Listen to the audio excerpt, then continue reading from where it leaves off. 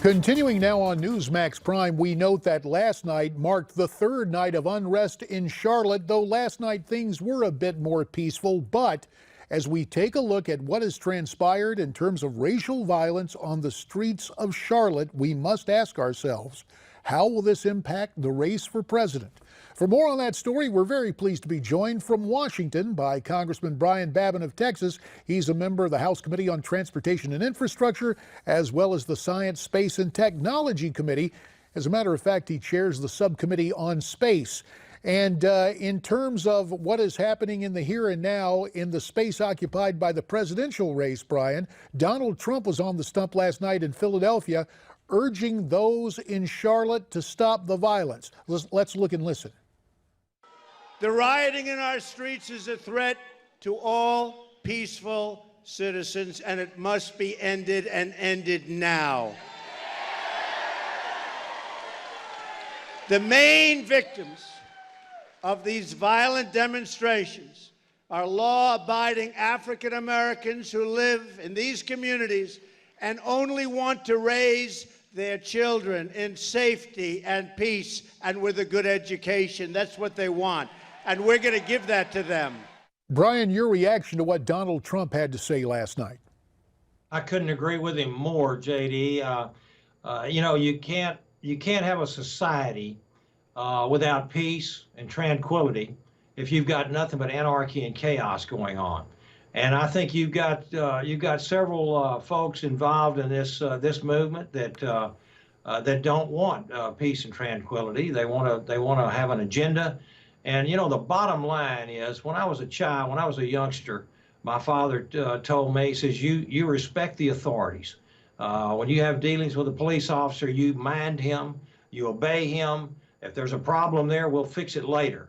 But to resist arrest and to misbehave when a police officer is trying to question you or arrest you is a prescription for disaster.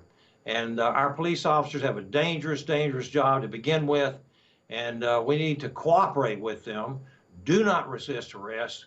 And I think our society will be much better. I think Mr. Trump was right on the money. And what compounds this, Brian, is the fact, it was only last weekend that we saw the disturbing news out of New York City, that terror bombing. In retrospect, a lot of red flags, and that's just heightened the debate on refugees coming into the country.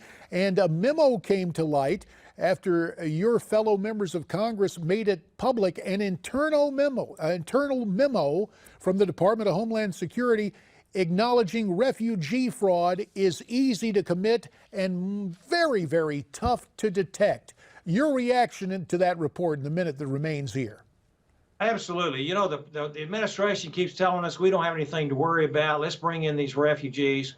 They can vet them properly. And then we find out that over 800 refugees from countries of concern, terrorist hotbeds, have been mistakenly given their citizenship. We have got to push back on this refugee program.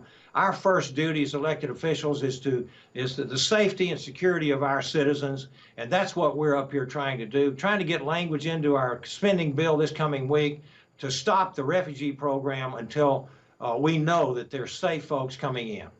Brian Babin, Congressman from Texas, tonight from Washington, D.C. Obviously, you and the other 434 members of the House have your work cut out for you. Brian, as always, we thank you for your time tonight on Newsmax Prime. Thank you, J.D. God bless. And you too, sir. And let's continue as we're back now with the former chairman of the House Intelligence Committee, Pete Hoekstra, and also with former CIA analyst Fred Fleitz. Pete, we touched on it with Brian Babin, the internal memo from the Department of Homeland Security acknowledging that refugee fraud is, quote, easy to commit and very tough to detect. What does this portend for President Obama's plans and Hillary Clinton's plans to bring in scores of Syrian refugees? It doesn't portend anything. They're going to continue. They've made that commitment. They've been doing it. This is not new information, JD. We've been talking about this for months. These are refugees coming from failed states. By definition, failed states don't have the proper documentation or systems to tell a potential new host country the background of the people that are coming in. We also know of ISIS and al-Qaeda's intention to seed refugee flows. That's the disappointing thing. We've known this for months. Barack Obama, Hillary Clinton are not satisfied with 10 or 15,000 people coming from Syria. They want to increase that number fivefold, people who we don't know who they are. Fred, you earned your living analyzing intelligence. Do you think any real effort is being made to truly screen these refugees at all? I think very little effort's being made because they have no documentation. But let me remind you of something that happened late last year. When President Obama said we're going to bring 10,000 Syrian refugees into this country, we were reassured, don't worry, because it takes 18 to 24 months to vet them. Well, guess what? We learned 2 weeks ago that the 10,000th refugee came into this country. Well, how did that happen so fast? They're not being vetted at all, and they were rushed in so they would get in under this president, because Mr. Obama fears that the next president, if it's Mr. Trump, will cut off this flow of unvetted refugees. Gentlemen, this is something that bears sharing. Piers Morgan spoke with the Dalai Lama on the program Good Morning Britain about the refugee crisis, and the Dalai Lama actually sounds somewhat like Donald Trump. Listen to this exchange. Generally, you see, people always feel, oh, one day we return. So ultimately, all refugees, they should aspire to go back to their homeland. Yes. And the environment should be created. Yes, should rebuild their own country. So, Pete, there's the Dalai Lama, an international personification of peace, basically saying the refugees need to stay home. What does that mean to what Donald Trump is telling American voters? Well, what it means is that Donald Trump and the Dalai Lama, they're listening to these refugees. Most of these refugees, JD, they want to stay in their home countries. They've got deep roots. They have a love for their country, for their tribe, for their region, their area.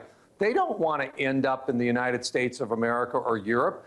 The vast majority of them want to stay there. What does it mean? Trump and the Dalai Lama are actually listening to the people who are suffering so mightily today, and they know that the solution is there and not here. Fred Fleitz, since you're our intelligence analyst, do you believe somewhere in Langley the reports exist that this administration could actually look at about keeping the refugees at home and arming them and having them take back their territory? 30 seconds. It's a good point. These guys are being granted asylum. People who are granted asylum are supposed to go back. And all these doctors and lawyers and tradesmen leaving Syria, there'll be no Syria left when the conflict is over. I hate to see these people suffer, but what are we doing to this country if we take out all of their skilled professionals? And so it is a point worth noting. And what is that about politics making strange bedfellows? Donald Trump and the Dalai Lama. Pete Hoekstra tonight from Holland, Michigan. Fred Fleitz from Washington, D.C.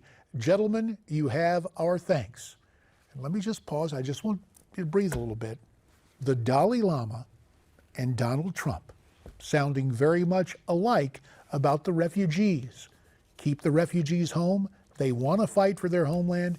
Give them the chance. Up next on Newsmax Prime, a new segment we call The Wire. Ed Berliner, Miranda Kahn, and yours truly here at the anchor desk, diving into trending stories you see at Newsmax.com. A good roundtable discussion is coming up next.